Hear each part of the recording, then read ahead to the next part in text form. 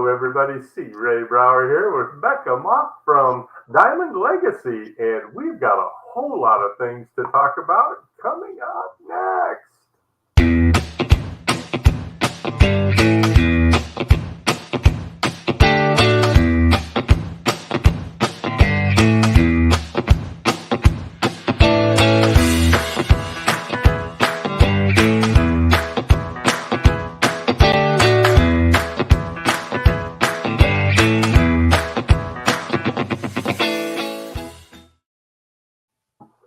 And we are back. Good morning. How are you today, Becca?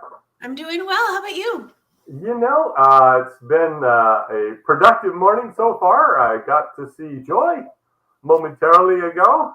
Was Nice. down at the well, and new exciting stuff happening at Diamond Legacy. Yes. Now that it's official, we can say new office opening soon. Yes. Yeah, Yes, yeah. absolutely. Yeah, exciting stuff. Yeah, we were able to find that office and get it closed up in a short amount of time, and got contractors going in soon to make it all nice, shiny and new. Get Yeah, rid of the '70s and bring it into the future because it was I pretty dated. know. I'm excited to see what it's going to look like. I've only seen the outside right now, but I've seen pictures of the inside.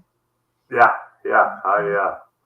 I did have a little mistake on my part, which was saying that we would get the books out. So it was a law office, and it had a complete law library starting from 1934. Volume one was 1934, Whoa. up to wherever they quit publishing them that way and put everything online. Right. Um, the four walls in the office at best guess is probably 12 by 18. Ceiling to floor was books. My best guess Wow. is somewhere around 5,000 books. Wow. And the lawyer wanted to leave them. And I had somebody that told me they knew somebody that wanted them. And so I said, okay, we'll get them out, no problem. And about 10 days in, 12 days in, I called and said, hey, I haven't heard from your friend. Yeah. Oh, they don't want them. Oh my goodness. And of course, me being the guy I am, I had said that I would get them out. So, 7 loads to Goodwill. Oh, Goodwill took them? They Wow. took them. Yes, they took them. That was another fiasco. That's a whole longer story. I'll Oh stop my there. But gosh. took the last load yesterday morning, right before my BNI meeting, and then met Joy and Spring and handed them the keys.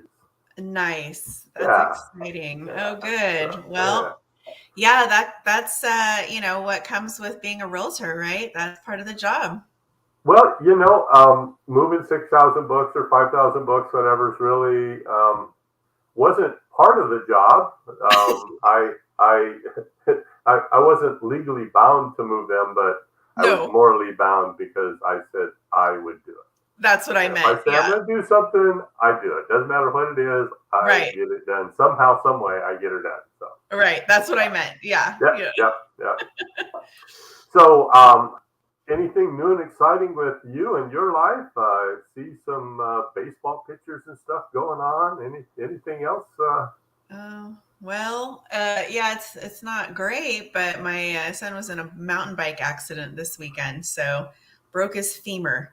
But Yeah, yeah, luckily it wasn't my baseball player. So yeah, so we've got a long road ahead of us recovery wise, but he'll make a full recovery. yeah, yeah. Femur's not a good one to break. Yeah, Isn't that the no, biggest bone in the body? it is. I think. Mm-hmm. Yeah, as Mm-hmm. I remember. Uh, Yes, yes. So yeah, we're not quite sure how well, we know, but it's still, it's a weird thing. How did you actually do that? But you know, accidents are accidents. I got a good friend, another realtor that went skiing this last winter and crashed and burnt and broke her leg in 3 places and was 8 weeks, 6 weeks that she could put absolutely no weight on her foot at all, 0 weight on her foot at all. And then the surgery to pin everything back together. And I think it was 12 weeks after that. So broken legs are serious things. And that femur is a really important bone in the body for sure. No, it's, yep. But yeah, other than that, life's good. And even that, it'll be good. It'll all work out. Oh yeah. Good. Yeah, it will. It will. Yeah. So I have an insurance joke for you. Okay, you ready? I'm ready. Okay. So why was the insurance company refusing to pay off the lightning strike after it hit the church? I don't know why. Because they said it was an act of God, therefore deliberate destruction by the owner.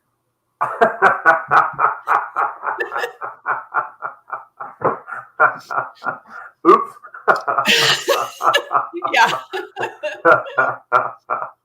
I thought you'd like that. I do. I like that a lot.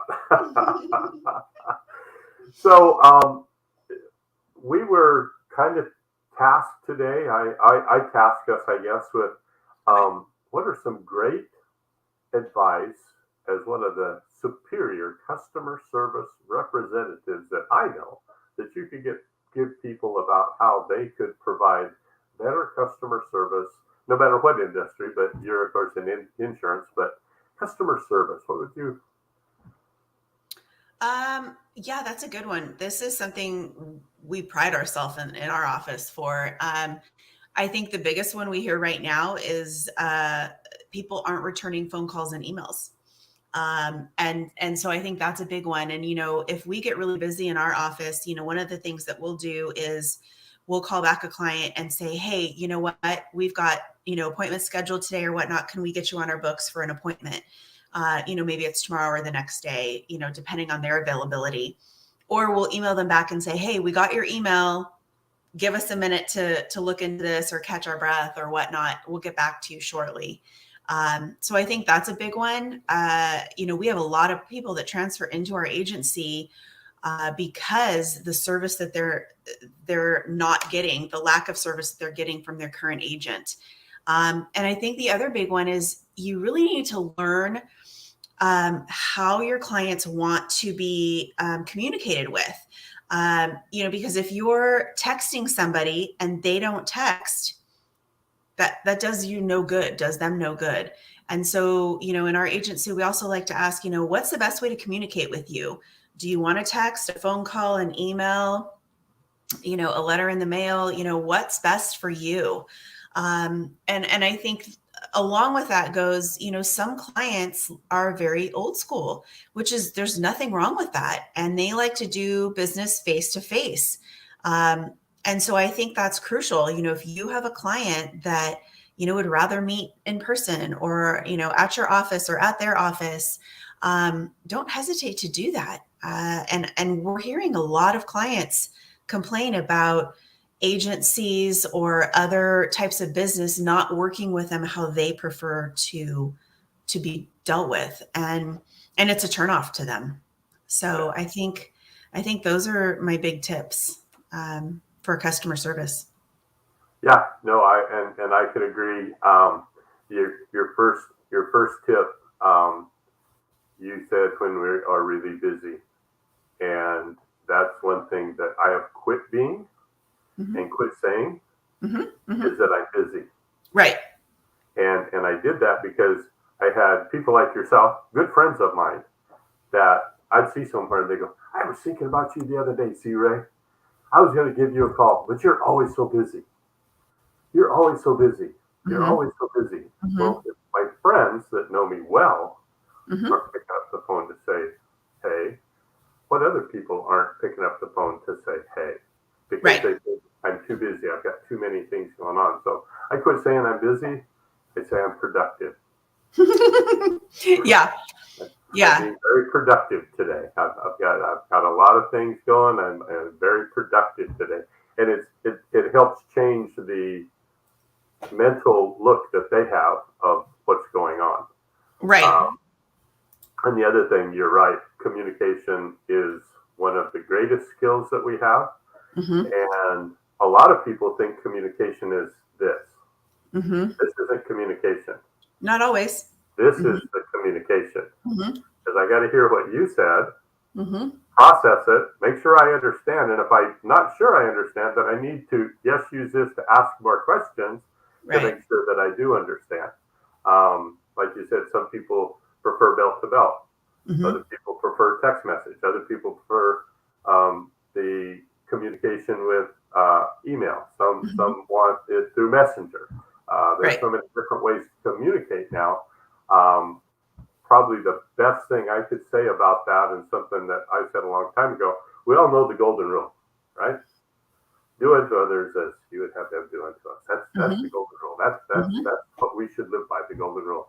And I've Right. said always. I don't know if you remember it from way back when, but I don't live by the golden rule. I live by the platinum rule. I don't And the remember the platinum rule. platinum rule is make sure to treat everybody the way they want to be treated. Mm-hmm. Because it doesn't matter how I want to be treated because I want to be treated that you always text me. Right. I want to be treated that you always send me an email. Right. Yeah. But that doesn't mean that that's how you want to be treated. You Right. want to be treated some other way, completely separate from that, Yeah. completely different from that. And that's what is most important in all customer service, in my opinion, Mm-hmm. is making sure to treat people the way they want to be treated, and make sure that you are listening to understand. You're not listening to respond. Right. Right. No, I absolutely agree with you. Yeah. I think another thing too is to really set good expectations. Right now in our industry, it's a little challenging at times to get a quote back same day, immediate. And so if I'm working with a client, I always let them know, like, hey, this is something I should have back today. Or you know what? Underwriting is taking about 5 days right now. Is this going to fit in your time frame? When does your policy expire? When are we looking at renewal? And so I think setting the expectation is huge as well, because what's in their head might be different from what you can do. And if they're thinking, oh, I talked to her on Monday, I'm going to get a quote Monday. So an expectation, I think, is good. And boundaries are great too. Boundaries are great, especially these days with people having our cell phone numbers and whatnot. I've had clients text me at 3 o'clock in the morning, 10 o'clock at night. And, if it's urgent, if they're in an accident, I'm going to answer. But if they're saying like, hey, can I pay my bill? I think boundaries are really healthy for the clients as well as yourself.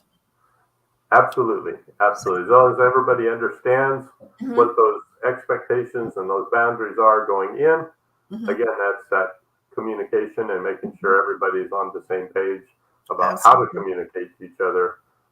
That is very critical in providing good service. Right. Providing good service, absolutely. And Right. I will have to say thank you for understanding as I was preparing for this. Speaking of communication, as I was preparing for this, I picked up my phone to text you and realized that I had wrote a text answering back with, when are we going to do this next one? I had wrote the text. It was right there on my phone and hadn't been sent, I'm sure, because what happened was is the phone rang and I answered it and then didn't go back and send it. And of course, in my long email or text message chain, it just disappeared to the bottom because I actually looked at it. You got productive. So I got productive. And I want to thank you for understanding that I was being productive and missed pushing the send button. Completely understand. I got your email, so it was okay. Yeah, exactly. And those emails are generated as soon as I change our schedule and put the studio in, so that yes, that communication is out there and keeps continuing. That our time is set every month, but yes, I will, as I and what I'm trying to do moving forward, so that we can get some more eyes on it, because today we have zero eyes at best looking at us as me and you today. But I'm going to start setting up events, and since we're friends on Facebook, and I think I can do it on LinkedIn also, but make you a co-host, and then you can invite people to the event as well as me by inviting people to the event, and maybe we can get a few more eyes on us. And of course, we can always put it on post it on our websites and our Facebook pages and what have you. I always try to send those recordings out to you so you can not only like this one and comment on this one, but put it on your own Facebook page. Right. Yeah, no, absolutely. No, we've been sharing it on our Facebook page when we're done. So yeah. Well, good. Well, what's new with you? Let's see. The Kansas build is almost ready to go on the market. They're putting on the doorknobs and all of that. So that's moving forward. We're almost complete with that. Looking at where the next ones may go in, and kind of getting ready and prepared for that. Taking my broker's test for Kansas shortly. So that I'll have my broker's license there, and then I think Nevada might be next. Got nice. People that are interested in Nevada and would like me to represent them there. So we'll see how that all kind of plays out. That's exciting. So you have to take a test in every state you want to represent. Yes, there are a few states where it's reciprocal, 100% reciprocal. Okay. But not many of them are reciprocal with California, which always kind of amazed me, because we are so litigious. Yeah, we're probably the hardest market. Yeah, exactly. You know, the contract, the purchase agreement when I started was 11 pages. It's now 16 pages. And that's just the agreement to purchase. That doesn't count all the other ancillary forms that have to go with it. It's like close to 40 now pages to go through. Kansas has got 5. That's California for you. yeah, but you know, you would think that if you can get through all the legalities here in California, that every other state would say, "Oh, he's from California, okay." Right. Pay your fee and go. But now you got to take the test, and some of them you got to take the entire test from beginning to end. In Kansas, it's an 8-hour course to get your certificates to be able to take the test, and then you just take the state test. You don't have to take the federal test. So every state's a little different. But kind of like insurance. You gotta. I'm not sure what the requirements are as far as getting licensed in another state with insurance. It's pretty easy. We don't have to take the same test again in each state. So like we're licensed in 10 states right now, and our licenses carry over. We just have to submit for the license in the city or the state, excuse me. So yeah, so it's not as difficult to do. But there are some states that we're only allowed to write in if we live there. So Texas and Florida are 2 that I know of. I think there's another one, but you can't write right there in those states unless you live there. Wow, really? Which honestly, I don't want to write there right now, because if we thought the California insurance market was insane, Florida and Texas are worse. So really? Really? Yeah.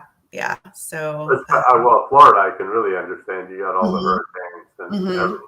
And then, of course, the Gulf part of Texas has got to be the same. Yeah, exactly. So, yeah, that's okay. We're doing good. and then when you get up in the northern part of Texas, then you got the tornadoes. So yeah, I guess Texas really gets covered with all the big winds. Right. Yeah, they have a lot of wind. Hail is another big one there. that ends up with a lot of claims. So yeah, the weather claims there are a little bit of a doozy. So Yeah. yeah, that's why Texas is another difficult state. Mm-hmm. Yeah. Yeah. Hailstorms. Speaking of the roofs in Kansas are very rarely over 10 years old Mm-hmm. because about every 10 years they have a big enough hailstorm that it takes roofs out. Takes the roofs off and they need to be replaced anyway. Yeah. Yeah. Yeah, no, I know it's getting tough. Yeah, I know like tile roofs aren't, and solar isn't very popular in Texas Yeah. for obvious reasons. So yeah, my cousin just moved there, I don't know, about 8 years ago, and she has this massive house, and I was like, why don't you have solar? And she's like, the panels get destroyed by the hail and the weather and the wind, and so it's oftentimes the cost that you pay, or that you save for the solar, you pay in replacing panels and whatnot. So, yeah, so solar ironically isn't that popular there. Yeah. Well, that and their power cost is Mm-hmm. not as high as it is here. Mm-hmm. Which That, is yeah, and why they have competition. So, here we just have PG&E, but there they have multiple carriers. right. So, yeah, yeah, exactly. Yeah, it's like Washington State. Mm-hmm. I've got aunts and uncles that live in Washington State, and they don't heat with gas. They heat with electric, which you Okay. could not afford here. Mm-hmm. But there, because of the Columbia River and all the hydroelectric being produced by the Columbia Oh, River, electricity there is nickels compared to yeah, our dollars. yeah, So there's very, very little natural gas that's used where they're at, you know, right. which Yeah. was kind of amazing when I heard that they had all electric. I went, Yeah. how do you afford that? Right. Yeah. Well, although, like we just got solar panels added to our house last June. And, now we have like a gas stove and gas washer and dryer. And I'd love to be able to switch that over now so that they go on my electric grid. But I don't know, when they need to be replaced, we'll do that, but not right Hot now. water heater and dryer, yes. Hmm. You'll hate it if you go from gas to electric for cooking. That's what I've heard. That's what I've unless heard. unless you go to induction. If you're going to Mm-hmm. go electric, go induction, then you have to make sure to have magnetic pans. The pans have Right. to be magnetic. Right. But induction is instantaneous and very easily controlled, like gas, where your Right. regular electric stoves. We just actually, after all these years, put in a gas stove here at home, a gas cooktop. And you like it Uh, better? oh yeah, Yeah. oh yeah. I mean, Yeah. Same. put put a pan on the electric stove and wait 10 minutes for it to get hot enough to cook. Put a on the gas stove, turn it on. Right. 37 seconds, it's hot enough to start cooking. Right. Right. Yeah. Yep. Yeah, Yeah. No, I really like it better too. So yeah, yeah. yeah. So So, good. speaking of solar, did you save a ton of money on your solar? Hmm. Yeah. So our electric bill was probably, our PG&E bill at the height, was probably about $500 a month, 550 a month. And our solar during the winter, your solar goes up because you're using gas. I mean, your PG&E goes up because you're using gas versus electric. Right. So I think our highest PG&E bill was about $200 this winter. Our solar is we're paying 166 a month for the panels, Right. but in the summertime, my bill didn't get any higher than $50 a month. So, it's definitely a savings. So can't complain. Never complain about saving money. Never Mm-mm. ever complain about saving money. Yeah. Yeah, no. And I mean, the bottom line is the rates are going up, for PG&E, and so, it's still a savings now, but it's really going to be a bigger savings later.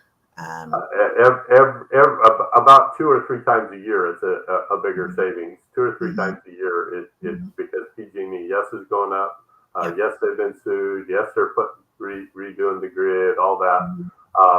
Not to even start looking at what is going to happen when we can't buy gas cars in this state. Yeah, that's something my husband and I talked a lot about because I mean, we're still having blackouts here, in the summertime because we're running the AC and whatnot. And they're telling us to buy more electric cars, but we don't have the grids. We don't have the support for it. So I have no idea. Even if we had it, even if we had the whole system set up where they could deliver the power. That's number one, deliver the power. Right. What's that economic thing? And I'm being facetious, supply and demand. Oh, yeah. Yep. Supply and demand, period. Yeah. What is going to, let's see, what happened when we shut off the pipeline to bring oil to us from Alaska and Canada? We shut that off 3 years ago, and what immediately happened to our gas price? Right. Went from $2.80 a gallon to $7 a gallon. Supply and demand. It is always going to be there. And if we have every car electric, do we really believe in our heart of hearts that we're going to get electricity at the same price we're getting today? Right. No, we don't. Aren't even getting this electricity for the same price we were. It's 20% higher than it was when you put your solar panels on. Right. Yeah. Yeah. I don't really know how they're going to figure this out. And I kind of just chuckle when, everything's going electric. You can't have a gas powered lawnmower anymore. And, the electric cars and all of that. I'm not sure how this is going to look. But time will tell. Time will tell. And I don't think it's going to tell a very good story myself. But that's my opinion. And as you know, my opinion at $5 now will buy you a cup of coffee because it used to be a quarter. Coffee used to be a quarter. Yeah. Yeah. Well, it'll be interesting to see how it all plays out. But yeah. There you go. Well, any parting words that you would like to leave with everybody today? Oh, well, in the insurance world, we're seeing more changes, more drastic changes like we've talked about before.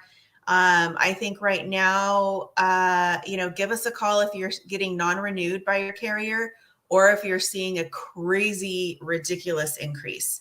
Normal increase is, a little bit of an increase is normal, $30 a month, $40 a month, that kind of thing.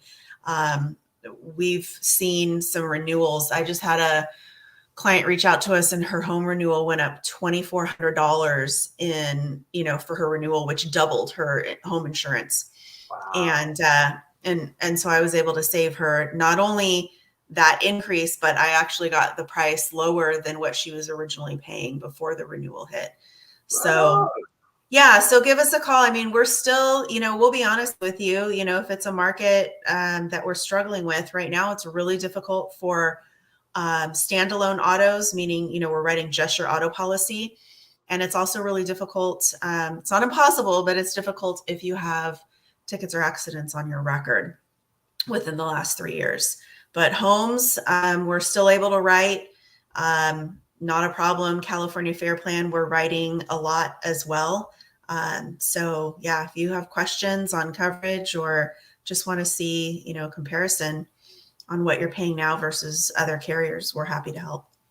Well, great. I know you guys saved me a boatload of money when I made the change, and I really appreciate all of you over there. Been good friends with everybody there for a really long time. And we have, yes. Appreciate everybody. Yes. So you, of course, have a great day. Everybody out there, go out and be the sunshine in somebody's rainy day. And of course, always remember, see ready to find your perfect home. And we will see you all again real soon. Thank you so much again, Becca, for stopping in.